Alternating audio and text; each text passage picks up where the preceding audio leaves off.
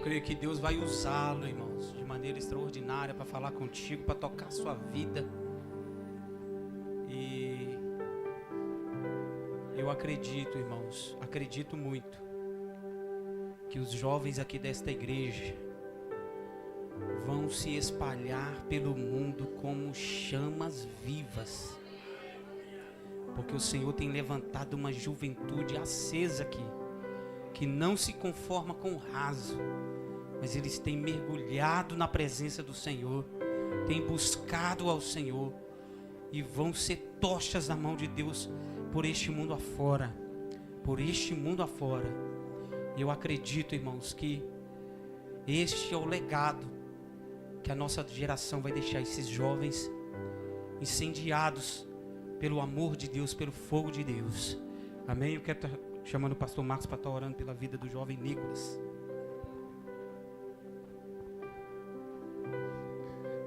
Oremos, irmãos. Senhor Deus santo e poderoso, a Ti sempre a honra, a glória e o louvor. Muito obrigado, Deus, pela Tua presença neste lugar. Muito obrigado por podermos sentir o Teu Espírito Santo agindo no meio da Tua igreja. Continue, Deus, à vontade no nosso meio. Pai, aqui está o Teu filho Nicolas. Nós cremos que o Teu Espírito Santo já falou o coração do Teu filho. Que ele possa falar, Deus, aos nossos corações, não aquilo que queremos ouvir, mas sim aquilo que Tu tens para nós. E que essa palavra, Deus, mude as nossas vidas, Deus. Mude a nossa história, Pai. Em nome de Jesus, use o Teu filho poderosamente, Deus. Fica conosco, Pai. É o que nós oramos e já Te agradecemos por tudo. Em nome do Teu filho Jesus. Amém. Deus. Eu saúdo a todos com a paz do nosso Senhor e Salvador Jesus Cristo. Amém. Meus irmãos, primeiramente, antes que eu me esqueça, eu queria agradecer essa oportunidade. Primeiramente ao irmão Pimenta, que me chamou. Também aos pastores, pela confiança. E estou muito feliz de estar aqui juntamente com os irmãos. Abre juntamente comigo no Evangelho, conforme escreveu Marcos, capítulo 8. Eu peço que os irmãos não se incomodem se eu olhar um pouco o celular, porque eu anotei um esboço, para não nos perdermos na mensagem.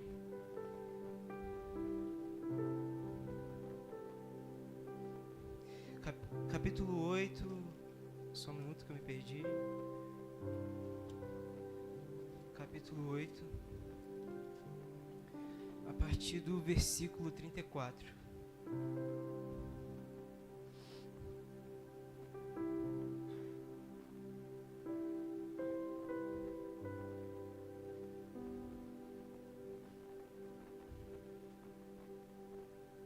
Todos acharam, amém? Vai dizer assim, vou ler aqui no telão que a linguagem fica a mesma.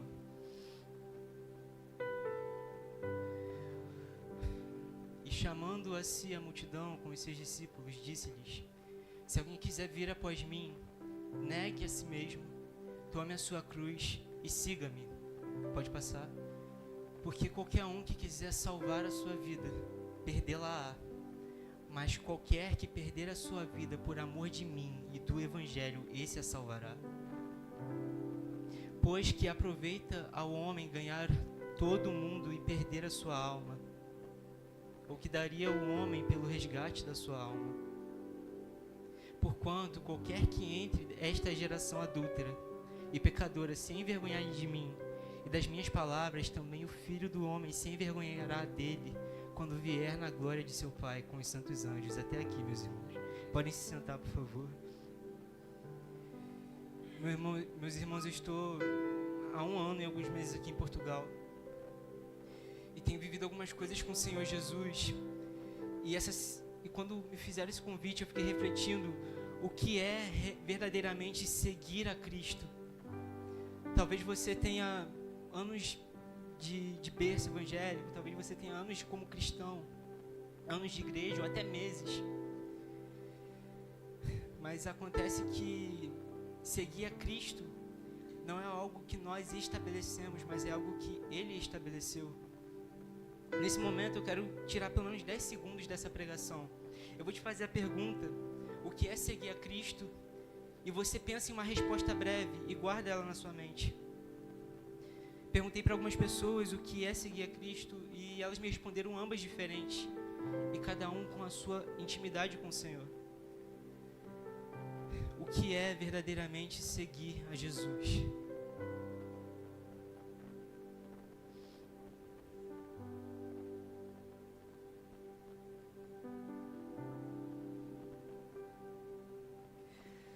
Hoje em dia a gente vê no que tem se transformado o Evangelho, o que tem acontecido em muitas igrejas, principalmente no Brasil, é o que nos faz duvidar que possa acontecer um avivamento, que possa acontecer algumas coisas na nossa geração, da qual nós almejamos. Só que quando Jesus veio, meus irmãos, Ele estabeleceu uma cultura do céu, Ele estabeleceu um reino, e todo reino ele tem que ter uma base, porque se o reino não tiver uma base, logo ele não vai ser bem estruturado. O nosso problema é que muitas igrejas, eu não digo esta, mas conforme a pregação, talvez eu fale de uma forma generalizada. Muitas igrejas estão adaptando uma cultura que não é a mesma que Cristo preparou para a igreja dele viver.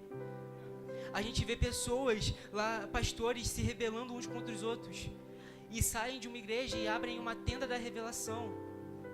No caso que Jesus até virou sabonete. Eles ungem o sabonete e falam para tu levar para casa, que aquilo vai te abençoar. Ungem a vassoura e falam que você vai levar aquilo para casa, que aquilo vai te abençoar. Aí agora eu te pergunto, qual é a base do reino de Deus? João capítulo 12, versículo 32 vai dizer o seguinte, Jesus está dizendo isso daqui: e eu, quando for levantado da terra, atrairei todos até a mim mesmo. A mensagem do Evangelho sempre será a base do reino de Deus. A cruz de Cristo sempre será o centro do reino de Deus. E Paulo vai dizer o seguinte sobre a mensagem da cruz: certamente a palavra da cruz é loucura para os que se perdem, mas para nós que somos salvos, ela é o poder de Deus. Obrigado, Marina. Obrigado. E é aí que está, meus irmãos. A gente clama por avivamento. A gente clama para que a presença de Deus se manifeste no nosso meio. A gente clama por milagres, a gente clama para viver uma intimidade gigantesca com Deus. Mas deixa eu te falar, meu irmão, uma coisa sobre os avivamentos. Desde a igreja dos apóstolos até a igreja de hoje, nunca houve avivamento se a mensagem da cruz não for o centro. Os avivamentos que aconteceram na Rua Azusa, os avivamentos que aconteceram por John Wesley no século 20, a mensagem principal sempre foi a cruz de Cristo. E Jesus pode ter passado 2000 anos, mas Jesus ele não mudou o estabelecimento que ele nos deu, que é: aquele que quiser seguir a si mesmo, negue. Aquele que quiser me seguir, negue a si mesmo, tome a sua cruz e me siga. Essa sempre foi a base do reino de Deus. E por que esse motivo? Porque o que ele fez, se ele provou que dá para seguir esse caminho, é porque aqueles que seguirem o que ele fez conseguem alcançar a eternidade.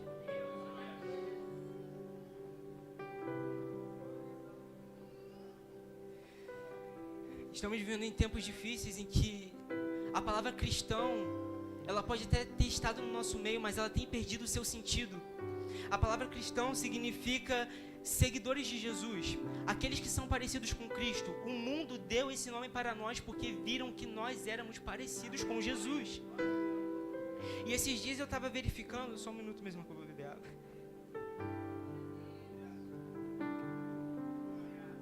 E esses dias eu estava vendo um comentário de pessoas que se dizem cristãs. Por quê? Por qual motivo? Pego um ensinamento parcial de Jesus, aplico na minha vida, logo eu sou cristão. Esse é o pensamento que o mundo tem tido. Uma vez eu estava no comboio e estava conversando com o Senhor, procurando alguma forma de evangelizar Ele. E aquele senhor, ele falou para mim que ele era agnóstico. Mas ele falou: olha, eu não acredito que Jesus ressuscitou, eu não acredito em muita coisa do que você está me dizendo, mas eu sou cristão. Aí eu fiquei, como assim? Eu acredito que esconderam o corpo de Jesus, mas eu pego alguns ensinamentos e isso me faz ser cristão. Esse é o pensamento que muitos têm tido. Por quê? Porque o diabo tem levantado uma imagem de cristianismo que se refere à boa moral do ser humano. Como assim? Que nós vamos ser classificados como seguidores de Cristo de acordo com a nossa boa conduta. Ou seja, se você não mata, não fuma, não bebe, não se prostitui, logo você será um cristão. Se você trata os outros como você quer ser tratado, logo você será um cristão. Esse é o pensamento do mundo. Mas Cristo aqui nessa passagem está nos dizendo que aquele que quiser me seguir tem que negar a si mesmo. Agora eu te faço uma pergunta: por que nós temos que negar a nós mesmos? O que há de errado conosco? Para seguir a Jesus, o primeiro passo a ser dado é negar. O que há de errado conosco? E meu irmão, vou te falar uma coisa que pode te chocar. A sede do diabo não é que as pessoas deixam de ter uma boa conduta. Porque na realidade o diabo, ele não é totalmente contra a boa moral. Ele não está nem aí se você é uma boa pessoa. Ele não está nem aí se você é visto aos olhos do mundo como um cidadão de bem, que faz boas obras. Tudo que o diabo mais quer é que você não conheça a Cristo verdadeiramente. Porque ele conhece, ele esteve lá juntamente com Jesus. Ele viu tudo que Cristo pregou e ele sabe que esse é o único caminho que garante a salvação. Ele é o único caminho. Mas agora, por que nós temos que negar a nós mesmos? Porque, meu irmão, não há limites para o pecado. O pecado, ele é tão traiçoeiro, mas tão traiçoeiro que quando vemos tudo o que acontece no mundo, é por causa do pecado. Vemos guerras, vemos coisas acontecendo, fomes, as pessoas sendo mais umas com as outras, fazendo maldades, vemos casos de pedofilia, vemos casos de pessoas que estão assassinando, lançando bombas em uma cidade em qual tem habitantes. Onde está o centro dessa maldade? Isso se chama pecado. Não há limites para o pecado.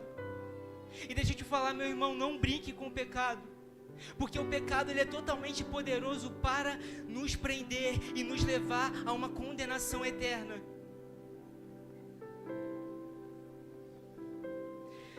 Isaías, no capítulo 64, vai dizer assim: por que a nossa boa conduta não garante em nós a salvação?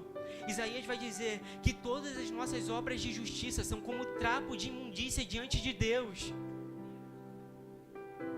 Ou seja, meu irmão, Paulo ele vai dizer no capítulo 1 de Romanos que Deus ele não seria injusto se ele mandasse pelo menos cair um raio na cabeça de todo mundo aqui. Porque por mais que sejamos cidadãos de bem, nós somos pecadores diante de Deus. Ele vai dizer que nós estamos destituídos da glória de Deus pela força do pecado. E por mais que você não seja um assassino, um bandido, meu irmão, não há limites. Porque se não fosse Jesus na sua vida, onde mais você estaria se não fosse aqui? Quem te garante que você não estaria perdido lá fora fazendo qualquer outra coisa nesse exato momento? De novo eu falo, o pecado, ele é poderoso para nos conduzir à morte. Então, qual é a nossa esperança? Primeira coisa, para seguirmos a Jesus, nós temos que entender e reconhecer que nós somos pecadores. E agora eu vou te falar, meu irmão, quando a gente entende o peso do pecado que está sobre nós, esse dia passa a ser assustador. Porque é nesse dia que a gente reconhece que o peso do pecado nos conduz à morte eterna e a uma eternidade sem Deus, ao inferno. O que eu quero dizer é que por nossos erros nós merecemos o inferno.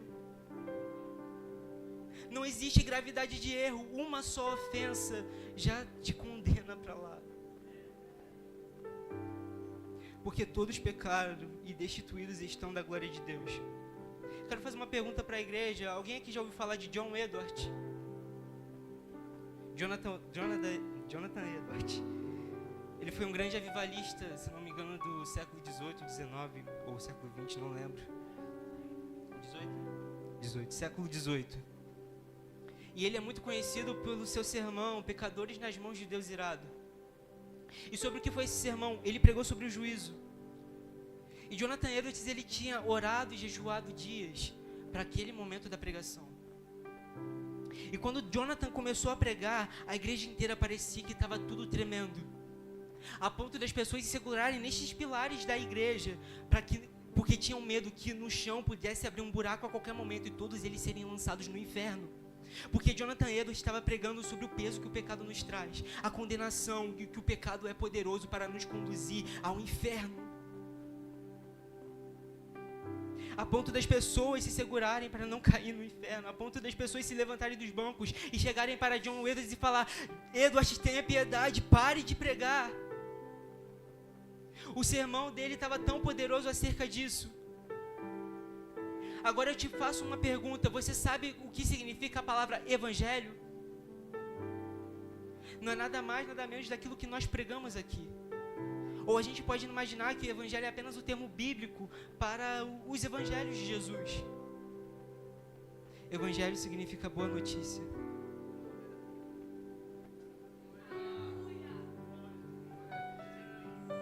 E a boa notícia é que quem está sendo conduzido para um caminho de perdição precisa de um Salvador. A boa notícia é que quem está perdido precisa de um caminho. A boa notícia é que quem vive uma vida de mentiras, uma vida de desilusões, precisa da verdade. A boa notícia é que quem está sendo conduzido para a morte precisa de vida. Ai, graças a Deus que Cristo disse: eu sou o caminho, eu sou a verdade e eu sou a vida.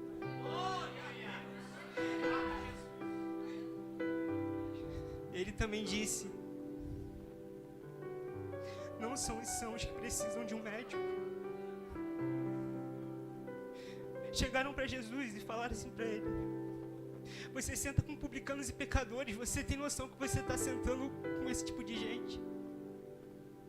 E ele diz: eu vim para os pecadores.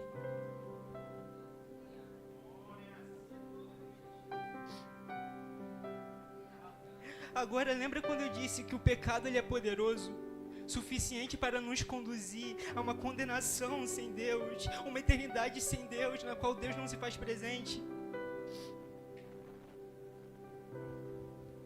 O pecado ele é poderoso, mas eis que surgiu alguém que é mais poderoso que o pecado. Quando Cristo ressuscitou, e depois que ele consumou tudo, ele disse o seguinte: é-me dado todo o poder nos céus e na terra. Quando ele estava lá com o paralítico, ele falou: para provar que eu sou filho de Deus, seus pecados estão perdoados, levante e ande. O Filho do Homem tem autoridade para perdoar pecados. Por isso que Paulo vai dizer na sua carta aos Romanos: onde abundou o pecado, superabundou a graça de Deus. E meu irmão, a gente precisa entender que não existe bondade dentro de nós. A nossa natureza é caída para nos conduzir ao pecado. Como foi dito aqui pelo irmão David, todos os dias nós estamos sujeitos ao pecado. Mas assim como nessa passagem a qual lemos, todos os dias estamos sujeitos a negar a nós mesmos e tomarmos a nossa cruz dia após dia. E de novo eu te pergunto, a gente tem a coragem de olhar os jornais e falar: bandido bom é bandido morto? Esse pessoal aí merece apodrecer na cadeia, merece coisa pior. E de novo eu te pergunto, onde você estaria se não fosse a graça de Deus sobre você? Onde você estaria se não fosse as mãos de cravo de Cristo te tirando do lamaçal do pecado e te colocando de pé sobre uma rocha? Onde você e eu estaria? Tem uma frase de João Calvino que vai dizer o seguinte: tudo o que vê de bom em mim, tudo que você vê de bom em mim é Cristo, e tudo de mal em mim sou eu mesmo. Meu irmão, essa frase eu pego para minha vida. Vocês me veem aqui, muita gente fala assim: nossa, o Nicolas é tão gente boa, ele é meigo, é muito... falam que eu sou uma pessoa boa. Tem essa amizade comigo. Jesus, ele me salvou na minha adolescência. E a adolescência é uma fase que a nossa mente está passando por um processo de maturidade. Ou seja, nossas personalidades vão ser forjadas ali. Nosso caráter vai ser forjado ali. Que tipo de pessoa vamos ser será forjado ali. E meu irmão, eu não tenho medo de errar e não nego no que eu vou dizer. Eu seria completamente diferente se não fosse Jesus me resgatando. É entender, meus irmãos, que somente Cristo pode nos justificar, somente Ele pode nos salvar. Ele disse, sabe a visão que Jacó teve da escada, que viu os céus abertos e viu que vinha uma escada de cima a baixo, dos altos céus até a terra, e via anjos subindo e descendo por ela? Ou seja, Cristo ele disse, se vocês seguirem o Filho do Homem, vocês verão anjos descendo e subindo sobre o Filho do Homem. Meu irmão, Jesus é o único que conduz para a eternidade. Ele é a escada, a única escada que nos leva para a eternidade com o Senhor. E de novo eu falo, Deus, Ele não seria injusto se Ele nos condenasse. Porque não há bondade em nós, a não ser a bondade de Cristo derramada em nós. E agora todos aqueles que recebem a Jesus têm o poder de ser feito filho de Deus. Aqueles que eram pecadores, que estavam sendo condenados para o inferno, têm o direito agora de ser filho de Deus. Porque todos aqueles que recebem a Jesus Cristo têm a justificação diante da ira de Deus. E agora não estamos mais destituídos, mas somos feitos filhos. Tem um salmo, meu irmão, que eu sou apaixonado na Bíblia, que é o Salmo 103. E tem um versículo que vai dizer: assim como os céus estão acima da terra, assim é a misericórdia do Senhor. E assim como o Oriente está longe do Ocidente, assim Ele aparta de nós as nossas transgressões.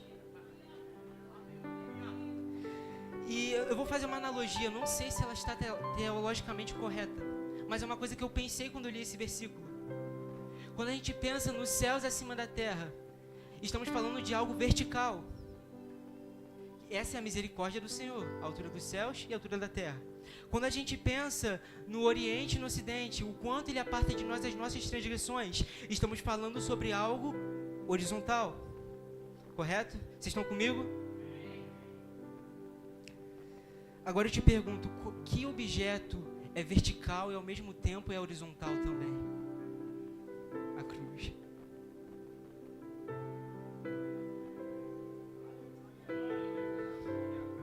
Assim como o Oriente está longe do Ocidente, Ele aparta de nós as nossas transgressões.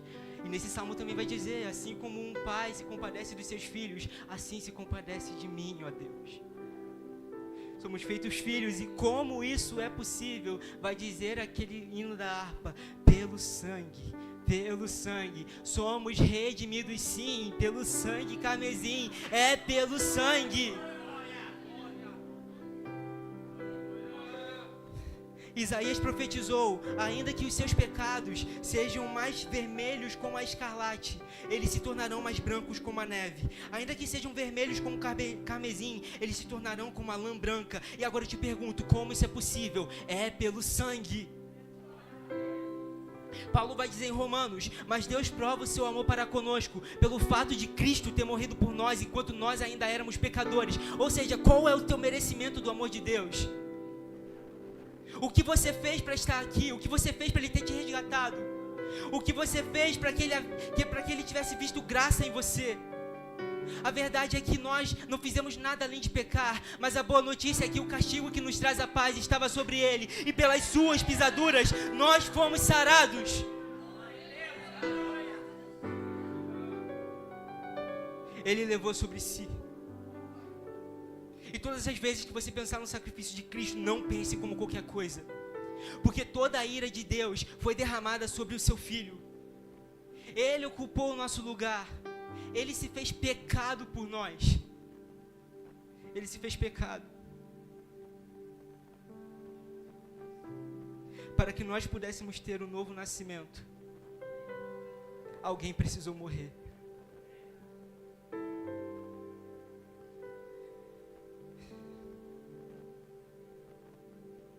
A única forma de seguir a Jesus, meu irmão, é negar quem você é. Uma vez a gente estava orando na igreja do Brasil por um marido de uma irmã, para que ela se convertesse. E o presbítero, o dirigente da igreja, estava pregando num dia e ele se converteu, aceitou a Jesus. O nome dele é presbítero Júlio, da nossa congregação das Paineiras lá no Brasil. Grande homem de Deus, grande homem de Deus. E eu estava no início da minha caminhada, tinha me batizado há pouco tempo. E aquele homem aceitou a Jesus. E no final do culto, o presbítero falou no microfone o seguinte, falou o nome do rapaz, eu não lembro qual é o nome do rapaz, vamos supor que é Geraldo. Geraldo, se prepara, porque a sua maior luta será... Aí, antes dele concluir, na minha mente pensou assim, é contra o diabo.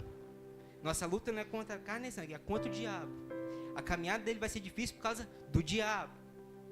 Mas quando ele concluiu a frase, ele disse, a sua maior luta vai ser contra você mesmo. A sua maior luta vai ser contra você mesmo.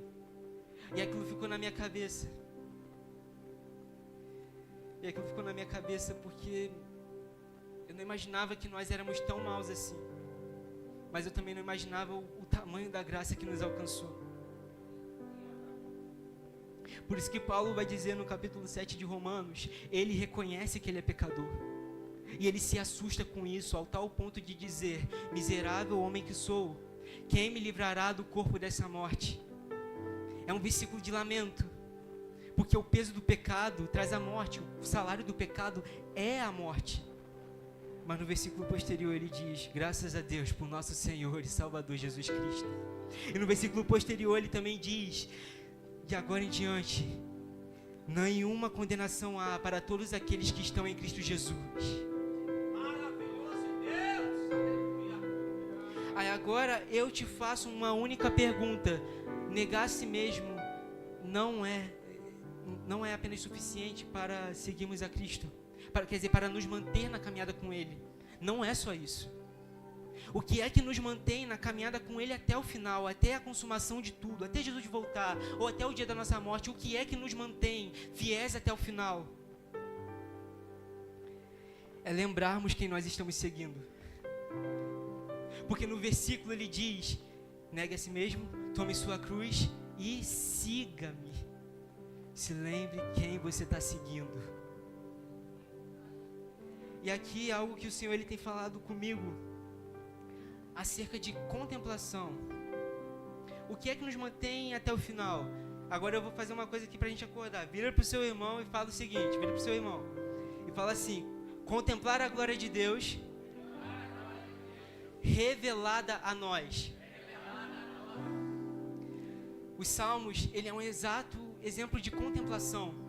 O salmista Davi, ele foi tão cheio de Deus que ele contemplava Deus e por isso ele fez salmos mais lindos na Bíblia. Asaf e os demais salmistas também fez salmos lindos na Bíblia. Por quê? Porque eram contemplação. Eles admiravam a beleza de Deus, a glória de Deus.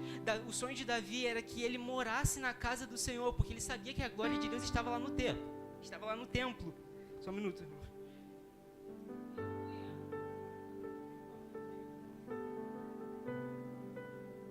Tanto é que no Salmo 27 ele vai dizer assim, uma coisa peço ao Senhor e a buscarei, que eu possa morar na casa do Senhor todos os dias da minha vida, para contemplar a beleza do Senhor e meditar no seu templo. Pois no dia da adversidade, ou seja, a contemplação ela é o essencial para no dia da adversidade. Pois no dia da adversidade ele me ocultará no seu abrigo, no interior do seu tabernáculo me acolherá, ele me porá no alto de uma rocha. E agora, não confunda, meus irmãos, contemplação com admiração. Porque admirar, eu acredito que qualquer um pode admirar, pode ter uma admiração sobre Deus. Mas contemplação é apenas para aqueles que estão perto. É apenas para aqueles que são filhos. Eu não sei se você já tiver esse pensamento de orgulho sobre alguma pessoa que você ama, que você está perto.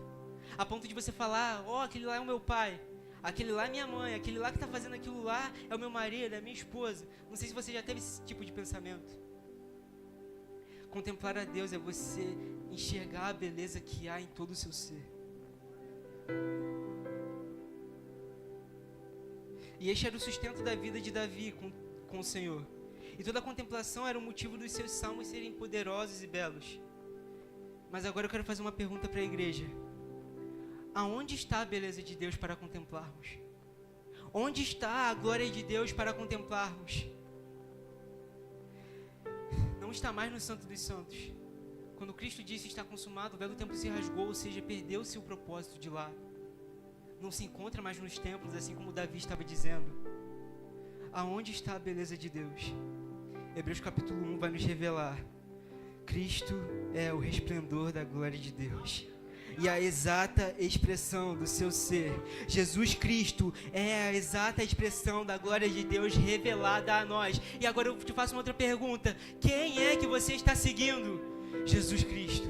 Quem é que vai te sustentar até o final? Jesus Cristo. E por isso eu te falo, meu irmão, Deus, ele não é mais um mistério. Deus, ele já se revelou na forma do seu Filho. Tanto é que quando no Monte da Transfiguração ele falou, este é o meu Filho amado.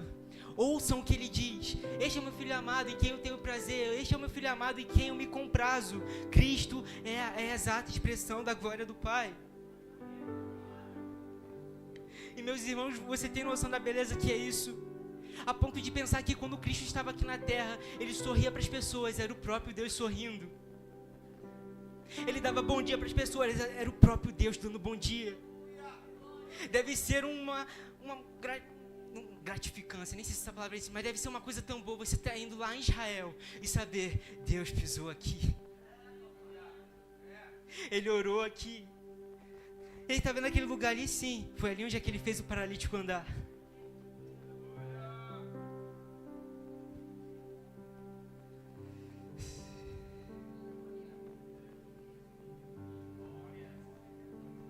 E há uma urgência, meu irmão, para que tudo que pregamos e tudo que vivemos como evangelho seja cristocêntrico. Porque muitas das vezes estamos nos esquecendo da glória de Deus revelada a nós na imagem de seu Filho. E a gente precisa lembrar que a presença dele está com todos aqueles que seguem a ele. Porque ele disse, estou convosco até a consumação dos séculos. Ou seja, meu irmão, a cruz pode estar pesada. O negar a si mesmo pode ser difícil, mas Cristo está presente juntamente com você. Uma parte meio interessante do evangelho é que a noiva tem a presença do noivo até antes do seu casamento. Tem o sustento do noivo antes da consumação dos séculos. E meu irmão, eu quero te lembrar que como igreja nós somos noiva de Cristo. Ele está nos levantando para sermos uma geração apaixonada por Ele. E só dá para ser apaixonado se contemplarmos quem Ele é. E a gente tem que estudar sobre Jesus, mas não limitar Ele apenas a um estudo. Porque a gente pode ter um grau de frieza tão grande a ponto de pensar que Jesus virou um assunto teológico. Meu irmão, Jesus ele é mais do que um assunto teológico. Jesus não é assunto teológico. Jesus ele é muito mais do que isso. E precisamos entender que Ele é suficiente para nós. A beleza de Jesus é tudo que Ele é. E a beleza de quem segue a Ele é saber que Ele é suficiente para nós. Pois nós pensamos que só seremos suficientes quando estivermos com riquezas ou com nossos sonhos realizados. Mas quando contemplamos a beleza que há em Cristo, todas as riquezas e prazeres se tornaram lixo diante do conhecer a Cristo. Porque Ele, meu irmão, Ele não tem riqueza, Ele é a própria profundidade das riquezas. Ele não tem a glória, Ele é a exata expressão da glória. Ele é o Rei da glória. Paulo vai dizer no capítulo 3 de Filipenses: mas o que para mim era lucro, isto considerei perda por causa de Cristo. Na verdade, eu considero tudo como perda por causa da sublimidade do conhecer de Cristo Jesus, meu Senhor. E por causa dele, perdi todas as coisas e as considero como lixo para ganhar a Cristo e ser achado nele. E agora eu te pergunto, meu irmão, o que foi que esse homem viu? O que foi que esse homem contemplou a perto de olhar para a sua vida e falar, isso daqui não é nada diante dele? A ponto de olhar para a sua vida e falar, nada disso tem valor diante dele. A ponto de olhar para si mesmo e falar, eu sou pecador diante dele. Ele seria totalmente justo se me condenasse ao inferno, mas ele decidiu me amar. Por isso, meu irmão, Cristo disse, quem quiser salvar a sua vida, perderá. E quem perder a vida por minha causa e por causa do Evangelho, esse a salvará. Meu irmão, quando você contempla Jesus, você começa a entender qual é o seu motivo para viver? E você começa a ter na sua mente, se eu tiver um motivo para morrer, que seja ele. Se apontarem uma arma para minha cabeça dizendo negue a Jesus, eu não nego, porque eu contemplei a beleza que ele é. E se eu nunca mais contemplar a beleza que ele é aqui na terra, eu contemplarei na eternidade. Então tudo isso aqui que é corruptível, logo se revestirá de incorruptibilidade. Por isso que ele disse, quem perder a sua vida, esse vai achar a verdadeira vida. Porque o mesmo Cristo que te alcançou no seu primeiro dia de caminhada com ele, é o mesmo Cristo que vai estar contigo até no dia da sua morte. E é impossível você ir para a sua morte por causa de Cristo Jesus e não encontrar ele lá juntamente contigo. Porque ele mesmo disse, eu sou a vida. Então quem perde a vida por causa dele, logo encontrará a verdadeira vida. E meu irmão, a gente precisa entender que Jesus, ele parecia normal, e até mesmo um homem simples, mas ele era sobrenatural. Eu quero perguntar aqui para a igreja, alguém aqui já teve alguma experiência com visão aberta, de ver o mundo espiritual? Alguém já teve? Levanta a mão para eu conhecer. Meu irmão, eu creio que se você estivesse com esse dom, e Cristo estivesse do seu lado, você olhasse para ele, você ficaria cego. Ou seus olhos derreteriam, sei lá, porque ele não tem a luz. Ele é a própria luz. A beleza de Cristo é saber que ele parecia ser um homem tão humilde, mas ao mesmo tempo que ele era um homem tão humilde, ele ainda era o rei de toda a glória do universo. Ele não tinha beleza, ele era a exata expressão da beleza. Ele é. E entenda, meu irmão, que a glória que Deus revelou a nós foi sem nós merecermos. João 1, capítulo 14, vai dizer o seguinte: e o verbo se fez carne e habitou entre nós, cheio de graça e de verdade, e vimos a sua glória, glória como do unigênito do Pai. O verbo se fez carne e habitou entre... O verbo se fez carne e habitou entre... Mais uma vez, o verbo se fez carne e habitou entre... E quem nós somos? Pecadores. Quem nós somos? Destituídos da glória de Deus. Quem nós somos? Totalmente depravados. Quem nós somos? Ilimitâncias de pecado, ruins, homens transgressores. É isso que nós somos. Mas a graça e a beleza de Deus está em Cristo. E Ele habitou no meio de pecadores. O que eu estou querendo dizer, meu irmão? Nós não merecíamos, mas Ele veio. E ainda digo que nós não merecíamos ter Cristo aqui conosco. Nem por um segundo nós merecíamos, mas Ele quis habitar no nosso meio. Ele quis comer do que nós comemos. Ele quis falar como nós falamos. Ele quis ensinar a nós como caminhar. Ele quis escolher pessoas totalmente improváveis para pregar o Evangelho e ainda teve paciência com elas. Então, meu irmão, se você está pensando em desistir, não desista, porque Jesus ainda não desistiu de você. Ele tem paciência contigo, porque Ele não vê o seu pecado. Ele vê a sua identidade nele. Porque Ele sabe que se você recebe a Ele, você deixa de ser pecador e se torna filho de Deus Altíssimo. Você está sendo conduzido ao inferno, mas se você recebe a Jesus, você vai ser conduzido a uma eternidade. E Ele garante para nós, há uma morada para cada um de vocês lá. Eis que vou vos preparar lugar e voltarei para ter convosco. Há uma morada para cada um de nós, para todos aqueles que são salvos em Cristo Jesus. Há uma morada lá.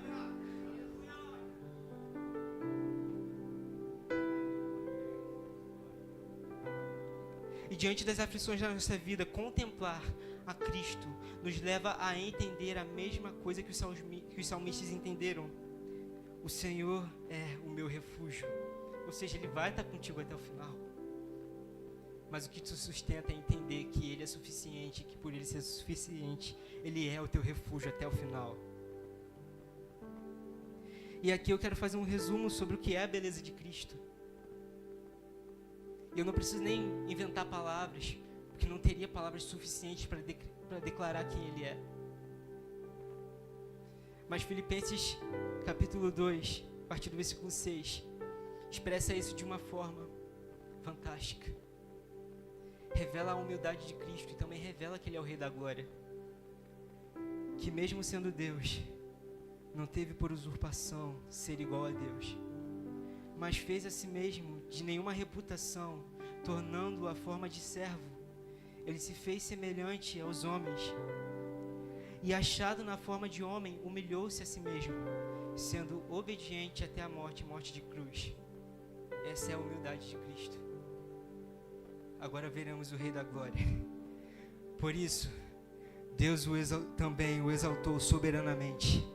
Ele deu um nome que está acima sobre todo nome, para que ao nome de Jesus se dobre todo o joelho dos que estão na terra, nos céus e debaixo da terra, e toda a língua confesse que Jesus Cristo é o Senhor, para a glória de Deus Pai.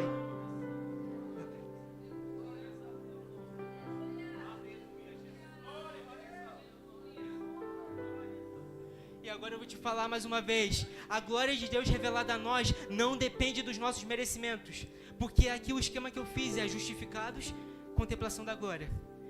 Só que a realidade é que a glória foi revelada a nós até quando nós éramos pecadores. E o exemplo que eu quero dar é de Isaías capítulo 6. Isaías vai dizer que no ano que morreu o rei Uzias, ele viu o Senhor assentado num alto e sublime trono. E assim que ele vê a glória de Deus, ele reconhece o quão pecador ele era. E ele fala, ai de mim, eu sou um homem de impuros lábios, eu acabei de ver o trono do Senhor. Eu acabei de ver anjos cantando santo, santo, santo é o Senhor dos exércitos. Eu vi o trono do Senhor. Isaías deve ter ficado desesperado. Mas até um homem pecador como Isaías viu o trono de Deus. E nós vimos o trono de Deus vindo na terra, nós vimos a Cristo. E essa é a verdade, a luz veio ao mundo, e os homens amaram mais as trevas do que a luz. E é por isso que aqueles que praticam as más obras não se aproximam da luz, por causa das suas más obras. Por quê? Porque quando o Filho de Deus é revelado, os nossos pecados também vêm à tona. Quando a gente vê o quão santo Ele é, a gente vê o quão pecador nós somos. Quer ver um exemplo? Pedro. Ele acabou de ver um milagre da pesca maravilhosa. O que ele diz? Afasta-se de mim, porque eu sou um homem pecador. Mas ao mesmo tempo que Pedro reconhece que ele é pecador, Jesus ele fala, me segue, e eu te farei um pescador de almas. Me segue. Meu irmão, a esperança para pecadores como nós não é outra mais além do que seguir a Jesus. Entenda que os teus pecados podem te condenar sim ao inferno, mas entenda que a tua renúncia e você receber a Cristo te conduz a uma eternidade inteira com Ele.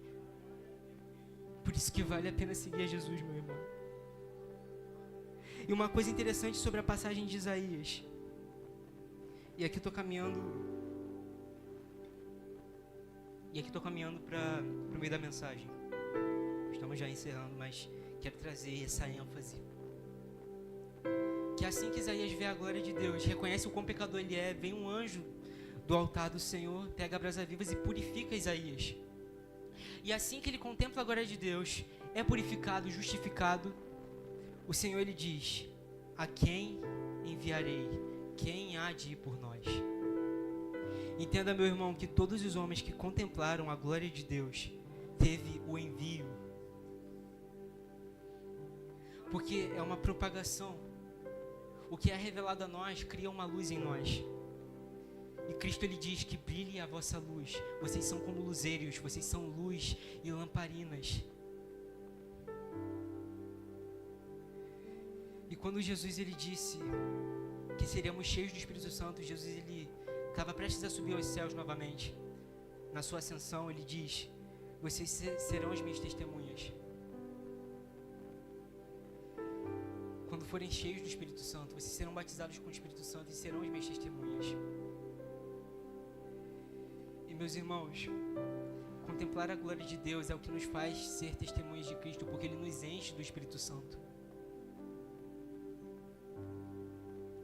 Mas nós não somos cheios do Espírito Santo para vir para a igreja e apenas falar em línguas. Não somos cheios do Espírito Santo para apenas rodopiar ou para apenas chorar na presença de Deus. Nós somos cheios do Espírito Santo porque precisamos propagar a tamanha glória que nós vimos. Precisamos vivenciar, precisamos propagar o que nós vimos.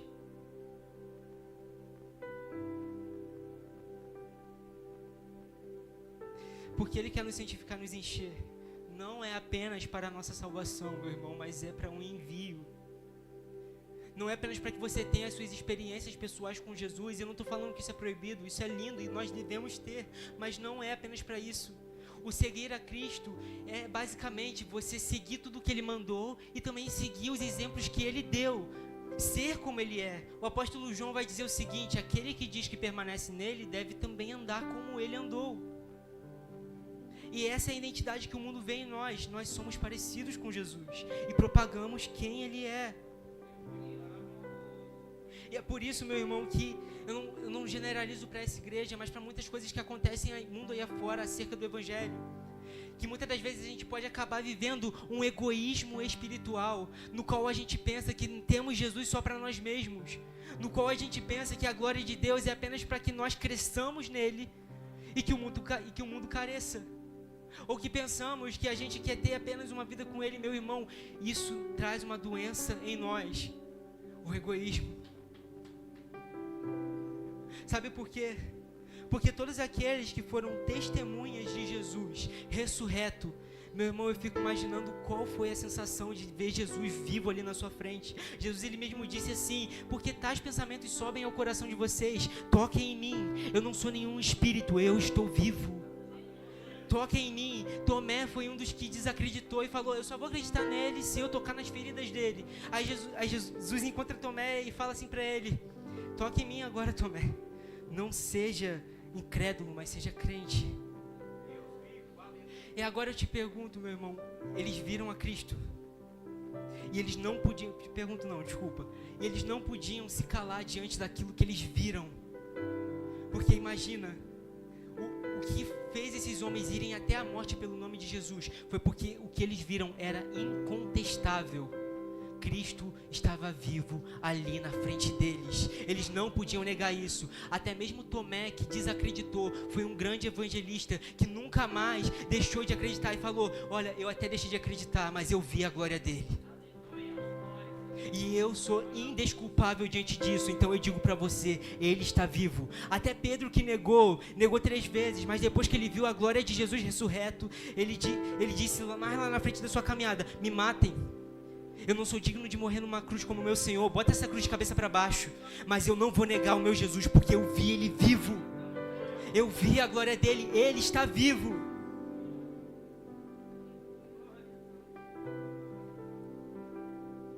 Aí agora a gente pode pensar que eles, Nicos, mas eles foram testemunhas e por isso eles não podiam se calar. Mas Jesus, Ele disse: aqueles que receberem o Espírito Santo serão minhas testemunhas. Aqueles que forem batizados no Espírito Santo serão as minhas testemunhas. Meu irmão, tem noção que nós como igreja somos testemunhas de Jesus através do Espírito Santo? Sabe por quê? Porque assim que Ele mostra as feridas para Tomé, no versículo seguinte Ele diz: bem-aventurados são aqueles que não viram, mas creram. Então, meu irmão, eu sei que às vezes a gente prefere que Jesus desça e apareça para nós. E, meu irmão, já vi pessoas tendo essas experiências. Mas você é muito mais bem-aventurado se você nunca viu nada sobrenatural de Jesus, mas você crê. Porque isso mostra que a sua fé é genuína. E isso mostra que se você for fiel até isso, até o fim, é claramente que você vai encontrar Cristo na eternidade. Ser testemunha de Jesus através do Espírito Santo. Contemplamos a glória dele, temos ele dentro de nós e não podemos nos calar acerca disso. A gente não pode apenas viver as experiências com ele e negligenciar o envio, porque todos os homens da Bíblia que nós vimos aqui que contemplaram a glória de Deus foram enviados.